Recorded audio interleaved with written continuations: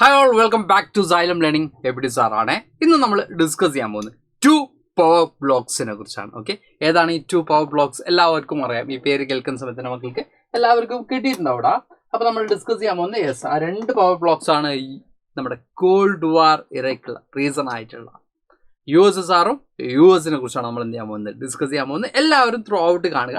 വളരെ കുറച്ച് സ്ലൈഡ് മാത്രമേ നമുക്ക് ഡിസ്കസ് ചെയ്യാവുള്ളൂ, വളരെ കുറച്ച് കോണ്ടന്റ് മാത്രമേ ഡിസ്കസ് ചെയ്യാവുള്ളൂ. പക്ഷേ മോസ്റ്റ് ഇമ്പോർട്ടൻ്റ് ആയിട്ടുള്ള ഒരു ടോപ്പിക്കാണ് നമ്മൾ ഡിസ്കസ് ചെയ്യാൻ പോകുന്നത്. അപ്പോൾ എല്ലാ മക്കളും എന്ത് ചെയ്യുക, കംപ്ലീറ്റ് ആയിട്ട് കാണുക. ഓക്കെ, അപ്പോൾ നമുക്ക് നേരെ ടോപ്പിക്കിലേക്ക് പോകാം. 2 പവർ ബ്ലോക്സ്. അമേരിക്കൻ ബ്ലോക്ക് നമ്മൾ പറയുന്നത് വെസ്റ്റേൺ ഓർ ക്യാപിറ്റലിസ്റ്റ് ബ്ലോക്ക് എന്നാണ് എന്തറിയപ്പെടുന്നത്, ഈ പറയുന്ന അമേരിക്കൻ ബ്ലോക്ക് അറിയപ്പെടുന്നത്. ഓക്കെ, എന്താണ് വെസ്റ്റേൺ ഓർ ക്യാപിറ്റലിസ്റ്റ് ബ്ലോക്ക് എന്നാണ് എന്തറിയപ്പെടുന്നത്, അമേരിക്കൻ ബ്ലോക്ക് അറിയപ്പെടുന്നത്. First world war main support from western Europe ആണ് നമ്മൾ പറയുന്നത്. ദെൻ ഐഡിയോളജി നോക്കുകയാണെങ്കിൽ ലിബറൽ ഡെമോക്രസി ആൻഡ് ക്യാപിറ്റലിസം ആണ് അമേരിക്കൻ ബ്ലോക്ക് അല്ലെങ്കിൽ നമ്മുടെ US ബ്ലോക്കിന്റെ ക്യാപിറ്റലിസ്റ്റ് ബ്ലോക്കിന്റെ ഐഡിയോളജി. എന്താണ്? Liberal democracy and capitalism. Liberal democracy and capitalism ആണ് നമുക്ക് കാണാൻ പറ്റും. ദെൻ സോവിയറ്റ് ബ്ലോക്ക് ആണ് നമ്മുടെ സെക്കൻഡ് ബ്ലോക്ക് പറയുന്നത്. ഓക്കെ, അല്ലെങ്കിൽ സെക്കൻഡ് ബ്ലോക്ക് അല്ല, അനദർ ബ്ലോക്ക്. നമ്മൾ നെക്സ്റ്റ് ബ്ലോക്ക് പറയുന്നത് സോവിയറ്റ് ബ്ലോക്ക് ആണ്. ഇതിൽ നമ്മൾ ഒന്ന് ഫസ്റ്റ് ഒന്ന് സെക്കൻഡ് എന്നില്ല, 2 പവർ ബ്ലോക്സ് ആയിരുന്നു. ഏറ്റവും പവർഫുൾ ആയിട്ടുള്ള എന്താ പറയുക, വേൾഡിലെ തന്നെ 2 ചേരികളായിരുന്നു ഈ പറയുന്ന ക്യാപിറ്റലിസം ആണെങ്കിലും സോഷ്യലിസം ആണെങ്കിലും. ഇവർ തമ്മിലുണ്ടായിട്ടുള്ള ഐഡിയോളജിക്കൽ ആയിട്ടുള്ള കോൺഫ്രണ്ടേഷൻ ആണ്, ഡിപ്ലോമാറ്റിക്കൽ ആയിട്ടുള്ള കോൺഫ്ലിക്ട്സ് ആണ് എന്ത് പേരിൽ അറിയപ്പെടുന്നത്, കോൾഡ് വാർ എന്ന പേരിൽ അല്ലെങ്കിൽ ശീതസമരം എന്ന പേരിൽ അറിയപ്പെടുന്നത്. ഇതൊക്കെ നമ്മൾ ചെറിയ ക്ലാസ് മുതൽ തന്നെ എന്ത് ചെയ്തിട്ടുണ്ട്, പഠിച്ചൊരു കാര്യമാണ്. നമ്മൾ 10th തന്നെ നമ്മൾ നമ്മുടെ ക്ലാസ്സിലാണെങ്കിലും ഒക്കെ നമ്മൾ ഡീറ്റെയിൽ ആയിട്ട് പഠിച്ചൊരു കാര്യം തന്നെയാണ് അല്ലേ. ഓക്കെ, അപ്പോൾ നമ്മൾ സോവിയറ്റ് ബ്ലോക്കിലേക്ക് നമ്മൾ വരുമ്പോൾ eastern block or communist block ആണ് നമുക്ക് കാണാൻ പറ്റും. ദെൻ സെക്കൻഡ് വേൾഡ് വാറിലെ main support from the eastern Europe ആയിരുന്നു. ഐഡിയോളജി നമ്മൾ നോക്കുമ്പോൾ സോഷ്യലിസം ആൻഡ് കമ്മ്യൂണിസം ആണ് ഇവിടെ നമ്മുടെ സോഷ്യൽ ബ്ലോക്ക് അല്ലെങ്കിൽ സോവിയറ്റ് ബ്ലോക്കിന്റെ ഐഡിയോളജി. ഓക്കെ, അപ്പോൾ USSR എന്ന് നമ്മൾ പറയും, സോഷ്യലിസ്റ്റ് ആണ് ഇവിടെ നെക്സ്റ്റ്. അപ്പോൾ നമ്മൾ 2 ബ്ലോക്സ് ആണ്, US and USSR, capitalist and Soviet അല്ലെങ്കിൽ സോഷ്യലിസ്റ്റ്. ഇങ്ങനെ 2 കോൺസെപ്റ്റ് ആയിരുന്നു, അല്ലെങ്കിൽ 2 ഐഡിയോളജിക്കൽ ആയിട്ടുള്ള 2 ഗ്രൂപ്പ്സ് ആയിരുന്നു. ഇവർ മെയിനായിട്ടും അവരിലേക്ക് മാക്സിമം നമ്പർ ഓഫ് നാഷൻസിന് അവരുടെ അണ്ടറിലേക്ക് കൊണ്ടുവരാൻ ട്രൈ ചെയ്യും. വേൾഡിൽ തന്നെ നമ്പർ 1 പവേഴ്സ് ആയിട്ട് മാറാൻ ഇവർ 2 ബ്ലോക്സ് തമ്മിൽ നിന്നുണ്ടായിരുന്നു, നല്ലോണം കോമ്പറ്റീഷൻസ് ഉണ്ടായിരുന്നു. ഓക്കെ, അപ്പോൾ അതിൻ്റെ ഭാഗമായിട്ട് കുറേ അധികം എന്താ പറയുക, മിലിറ്ററി അങ്ങനെയുള്ള കാര്യങ്ങളൊക്കെ ഇവർ എന്ത് ചെയ്തു, എക്സ്പാൻഡ് ചെയ്തു. അതും കൂടി നമുക്ക് എന്ത് ചെയ്യാം, നോക്കാം അല്ലേ.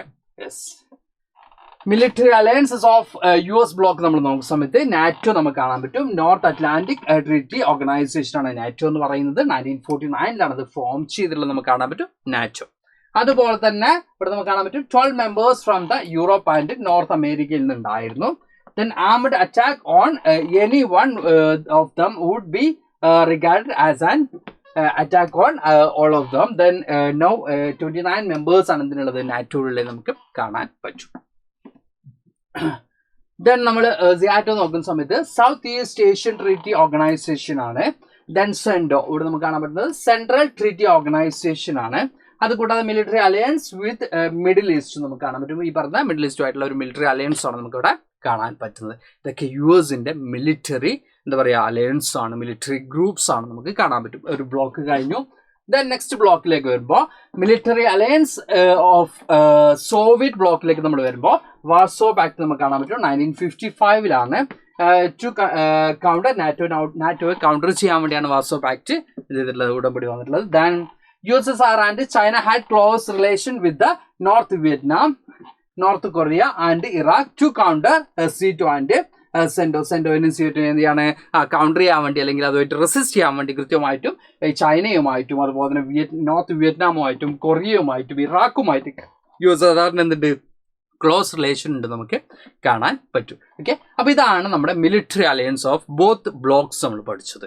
ഇനി ഇവിടെ നമ്മൾ പറയുന്നത് ഇവരിലേക്ക് എന്തുകൊണ്ടാണ് ഈ പറയുന്ന ചെറിയ രാജ്യങ്ങൾ അല്ലെങ്കിൽ എന്തുകൊണ്ടായിരിക്കും smaller states join in power blocs to get protection, weapons, economic aid. എന്തുകൊണ്ടാണ് ഈ പറഞ്ഞ സ്മോളർ സ്റ്റേറ്റ് ഈ പറയുന്ന US ബ്ലോക്ക് അല്ലെങ്കിൽ USSR ബ്ലോക്കിലേക്ക് ജോയിൻ ചെയ്യുന്നത് വെച്ചാൽ പ്രൊട്ടക്ഷൻ വേണം. ഫസ്റ്റ് വൺ തന്നെയാണ്.